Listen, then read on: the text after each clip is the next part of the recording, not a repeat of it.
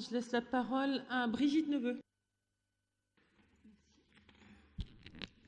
Madame la Présidente, chers collègues, Madame la Présidente, lors de votre allocution de ce matin, vous avez parlé de votre souci de ne pas augmenter la fiscalité de la région.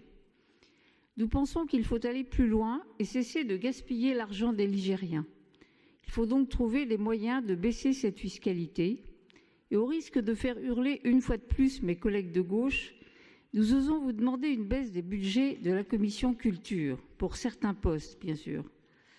Moins de budget et en même temps moins d'argent dilapidé et donc plus d'équité et de justice sociale. Je souhaite préciser ici que je suis choquée, oui, profondément choquée, que le groupe socialiste, par ses amendements, proposant un abondement de 7 millions d'euros sur le budget culture, sport, vie associative, bénévolat, solidarité, pour des projets culturels, pour l'accueil des demandeurs d'asile et réfugiés, qui coûtent déjà fort cher, alors que tant de nos concitoyens sont dans le dénuement le plus complet. Pour le développement de la vie associative, pour des nouvelles mesures ciblées en direction de la jeunesse et de leurs projets. Monsieur Clergeau peut continuer de claironner qu'il a compris le mouvement des Gilets jaunes. Moi, je pense qu'il n'en est rien. Si nous sommes en crise, si une partie des Français se soulève en Gilets jaunes, c'est bien à cause du gaspillage de l'argent public par les socialistes.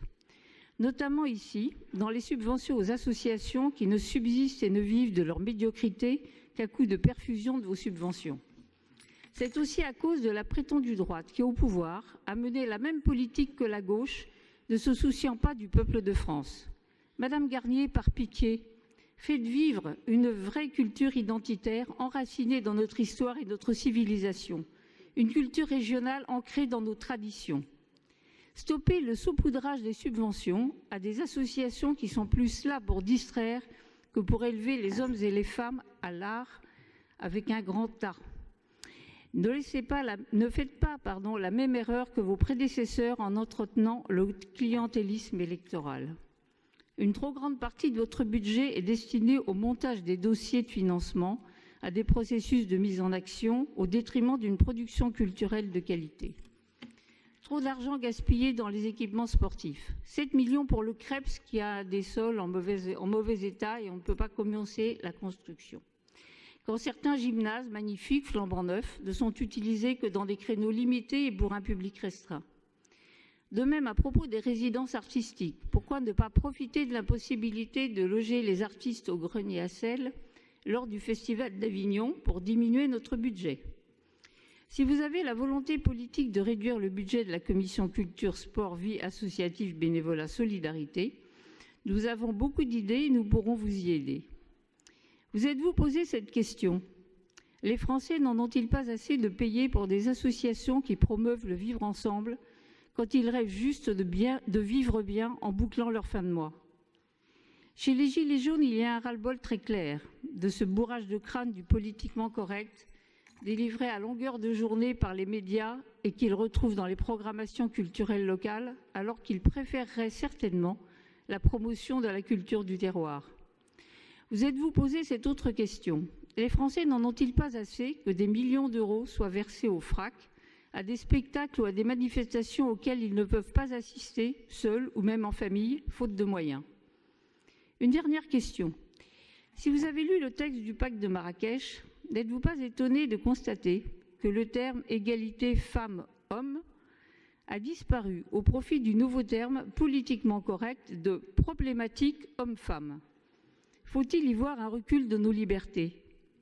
Voilà, Madame la Présidente, nous pensons que les 3 dernières années de votre mandat doivent servir à réduire les coûts pour redonner cet argent gaspillé aux Ligériens qui en feront bon usage, soyez-en sûrs.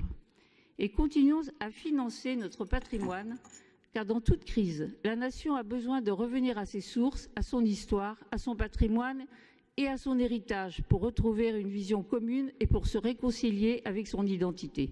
Je vous remercie. Bien, Madame la Présidente, je vous laisse répondre et puis après nous passerons au vote des différents rapports.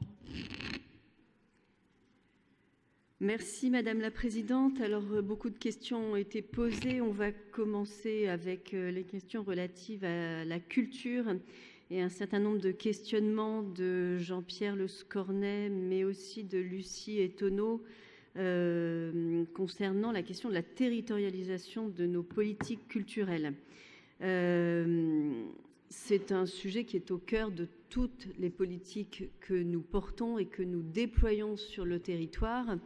Ce sera au cœur des enjeux sur les projets 2019, que ce soit Culture au futur ou l'événement Parcs et Jardins. On sera particulièrement vigilant pour que ces événements puissent créer une dynamique sur l'ensemble du territoire régional. J'ai eu l'occasion de le dire déjà en commission, mais je le redis ce soir, notamment pour ceux qui ne sont pas membres de cette commission, Madame Lucie Etonneau, avec laquelle nous avons des échanges par mail réguliers et auxquels évidemment je suis tout à fait ouverte pour qu'on puisse les poursuivre en 2019. Je crois qu'il faut quand même dire tout le travail qui a été fait par la région des Pays de la Loire pour justement territorialiser l'accès à la culture pour tous les habitants. On l'a fait il y a 2 ans avec Angers Nantes Opéra, qui a proposé son spectacle Histoire sacrée dans un certain nombre de territoires ruraux, dans des villages parfois de 500 ou de 600 habitants, sur des communes comme Courbeveille, des communes comme Goron, des communes comme Ruillé-sur-Loire, où à chaque fois les retours ont été extrêmement positifs et où les maires de ces communes qui ont porté avec le Conseil régional ces politiques nous ont fait des retours d'abord extrêmement intéressant et soulignant qu'à chaque fois l'objectif était atteint et que les personnes qui étaient présentes dans l'assistante découvraient pour la première fois l'opéra. Donc vous voyez que cet enjeu-là, on l'a reconduit ensuite en 2018 avec le Centre national de danse contemporaine d'Angers qui lui aussi s'est produit dans de très nombreux lieux du territoire. On le poursuit, les actions de l'ONPL sont extrêmement nombreuses également en région sur l'ensemble de nos départements, et puis les arts florissants qui ont suscité aussi un certain nombre de questionnements, qui eux aussi font un travail formidable.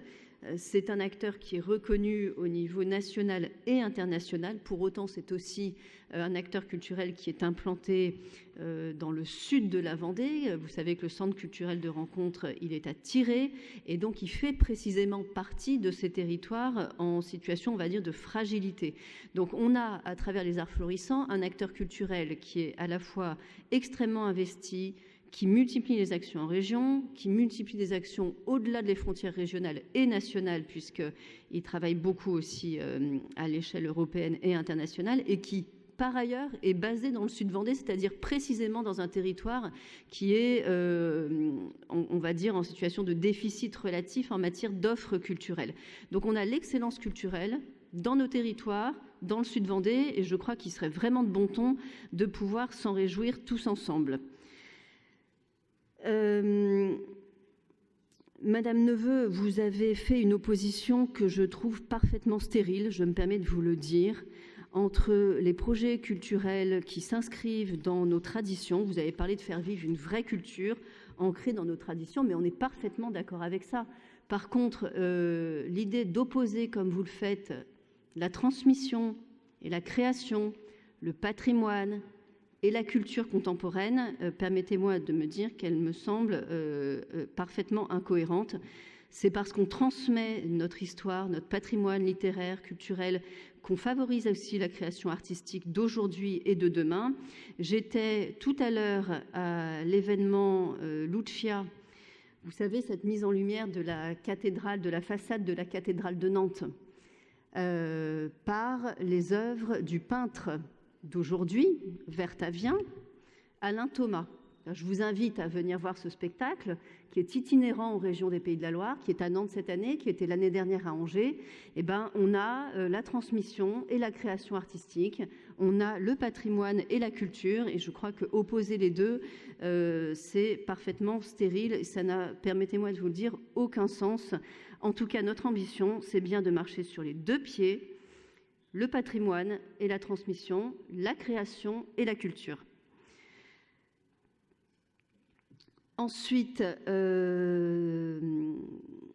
Sur le patrimoine, justement, un certain nombre de questions ont été posées sur la question de l'abbaye de Fontevraud et notamment sur le projet d'accueil de la collection Léon et Martine Kligman. Là aussi, on est parfaitement dans le sujet. On allie le patrimoine, ce site emblématique du patrimoine régional qu'est Fontevraud, qui a 900 ans d'histoire, et l'ambition de porter en son sein, d'accueillir un musée d'art moderne qui part de la deuxième moitié du XIXe siècle et qui va jusqu'à la deuxième moitié du XXe siècle. Un certain nombre de questions ont été posées sur le montage. Il va de soi que nous ferons en sorte de mutualiser, Madame Bouchot, tout ce qui pourra l'être dans le cadre de la création de cette nouvelle structure. Je pense à des éléments comme le pôle énergétique qui assurera une partie du chauffage du nouveau bâtiment, bien sûr des mutualisations également en termes de billetterie. Donc nous ferons en sorte de pouvoir, là encore, mutualiser de manière intelligente les différents dispositifs et les différentes structures existant sur le site. Nous nous attendons à 70 000 visites supplémentaires par an sur le site de l'abbaye de Fontevraud du fait de l'implantation de ce musée. Là encore, c'est un élément chiffré et nous travaillons, je vous l'ai dit en commission, sur le coût de fonctionnement qui sera associé au coût d'investissement que la région fait aujourd'hui. Là encore, je voudrais apporter une précision puisque vous avez évoqué le coût de ce musée en parlant d'une somme de 10 millions d'euros. C'est évidemment ce qui est inscrit dans le rapport, mais la somme qui sera réellement engagée pour la région sera de 6 millions d'euros, puisque vous savez que Léon et Martine Kligman ont décidé de créer un fonds de dotation qui sera abondé à hauteur de 5 millions d'euros, dont 4 pour les travaux d'aménagement du musée. Donc le coût réel pour la région, ça n'est pas 10 millions d'euros, c'est 6 millions d'euros pour la création de ce musée. Sur les questions relatives au sport. Alors là aussi, plusieurs éléments à destination d'Emmanuel Bouchot et de Denis Lamache. Vous avez évoqué la question du CREPS avec les actions qu'il pourrait avoir en direction des territoires ruraux et des quartiers prioritaires. Bon, le CREPS fait d'abord un travail en lien avec les autres centres associatifs sur le territoire. Il y a un travail de mise en réseau qui s'est constitué l'année dernière et qui fonctionne bien, qui a vocation justement à animer toute cette dynamique régionale. Et le CREPS est également porteur de dispositifs, je pense notamment au dispositif Sésame, qui a vocation à accompagner les jeunes de 16 à 25 ans qui sont issus des quartiers politiques de la ville, pour leur permettre de devenir, par exemple, animateurs sportifs. Donc ce rôle d'éducation que vous mettez en avant en disant que le CREPS pourrait en être un instrument, il l'est déjà, à la fois sur les territoires et à la fois sur la question de la jeunesse, et en particulier de la jeunesse qui se trouve sur des territoires en difficulté. Nous avons par ailleurs un travail important qui est conduit avec les ligues, avec les comités régionaux et avec les clubs, avec un certain nombre d'orientations qui font l'objet de conventions avec les ligues et qui concernent l'accès de tous les territoires au sport, l'accès des hommes et des femmes, des filles et des garçons à l'ensemble des disciplines sportives qui sont proposées sur le territoire, et tout le travail en lien avec le sport et le handicap. Donc nous sommes extrêmement actifs et volontaristes sur cette question du sport pour tous. Il faut rappeler également que d'autres collectivités sont aussi aux manettes et en capacité d'agir sur ce domaine-là, mais la région se veut particulièrement engagée sur ces projets. Vous avez évoqué, Denis Lamache, un peu dans la continuité d'Emmanuel Bouchot, le basculement d'une partie du soutien aux ligues du sport pour tous à l'excellence sportive. Je répète que la compétence de la région est aussi sur le sport de haut niveau, et puis cet ajustement que nous avons fait, c'est juste une adaptation au réalisé 2018. Donc, ça n'est pas une question de choix politique, ça pourrait, mais en l'occurrence, ça ne l'est pas. C'est un ajustement technique, pragmatique, au réalisé de cette année budgétaire. Je termine sur les questions relatives à la vie associative. Alors, je vous entends dire que la vie associative ne se réduit pas au bénévolat. J'ai envie de vous demander si un jour on a dit le contraire. Bah oui, mais enfin, il y a un moment, il faut aussi se dire les choses. Moi, je ne sais plus comment vous le dire. On a eu une conférence régionale des rendez-vous de la vie associative dans lesquels on a eu des associations qui ne fonctionnaient qu'avec des bénévoles, bien sûr, d'autres qui ne fonctionnent qu'avec des salariés, bien sûr, d'autres qui fonctionnent dans un mixte des deux. C'est un cas qui est relativement fréquent. Donc, je ne comprends pas vraiment pourquoi vous jouez à opposer de manière parfaitement stérile ces associations qui font un travail important sur le territoire, qu'elles s'appuient exclusivement ou non sur des bénévoles, qu'elles s'appuient exclusivement ou non sur des salariés. En revanche, je crois que si on est tous d'accord pour dire que la vie associative ne se réduit pas au bénévolat, je vois que Denis Lamache est parfaitement d'accord, je m'en réjouis, je crois qu'on peut aussi dire que le bénévolat fait pleinement partie de la vie associative. Et là, j'avoue que les propos de M. Clergeau et avant lui ceux d'autres de ses collègues me laissent assez perplexe puisque, même si vous ne l'avez pas exprimé clairement, ce que vous proposez, c'est de supprimer la Fondation régionale pour le bénévolat. En tout cas, c'est ce qui est mentionné dans votre proposition de budget alternative, vous me confirmez. Bon, eh bien, écoutez, nous, on considère que les enjeux liés au bénévolat sont suffisamment prégnants aujourd'hui, Yannick Favennec l'a rappelé à l'instant, pour continuer à construire ce projet et y associer, au-delà de la collectivité régionale, des acteurs privés, des entreprises, parce que cet enjeu du bénévolat, c'est un enjeu de société qui dépasse largement les frontières de notre conseil régional.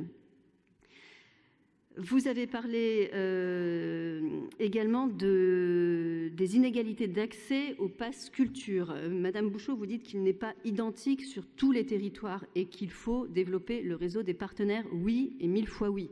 Simplement, nous avons déjà fait un travail considérable.